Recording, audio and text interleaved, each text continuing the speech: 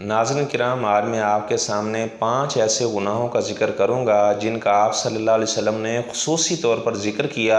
اور فرمایا کہ ایسے لوگوں کو سخت ترین عذاب دیا جائے گا جو یہ گناہ کرنے والے ہوں گے۔ ایک تو آپ صلی اللہ علیہ وسلم نے فرمایا جس آدمی نے کسی اللہ کے نبی کو شہید کر دیا، ایسے آدمی کو جہنم میں سخت ترین عذاب دیا جائے گا۔ نمبر 2، جس کسی کافر کو کسی اللہ کے نبی نے قتل کر دیا، اسے جہنم واصل کر دیا، اس کافر کو بھی سخت ترین عذاب دیا جائے گا۔ نمبر 3 فرمایا جس نے اپنے والدین میں سے کسی کو قتل کر دیا، تو فرمایا جس طرح انبیاء کے قاتل کو، یہودیوں کو اللہ تعالیٰ عذاب دے گا، جس نے کسی اللہ کے نبی کو شہید کیا جس طرح اس قاتل کو جہنم میں عذاب دیا جائے گا، ماں باپ کو قتل کرنے والے کو بھی اسی طرح جہنم میں عذاب دیا جائے گا۔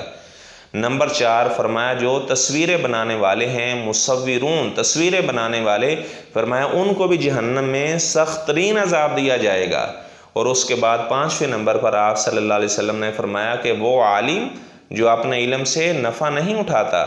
دوسروں کو اپنے علم سے مستفید کر رہا ہے لیکن خود بد عمل ہے، لوگوں کو اچھی باتوں کا حکم دیتا ہے لیکن خود وہ اچھے کام نہیں کرتا، لوگوں کو برے کاموں سے منع کرتا ہے لیکن خود برے کام کرتا ہے، فرمایا کہ یہ 5 قسم کے لوگ، ان کو جہنم میں سخت ترین عذاب دیا جائے گا۔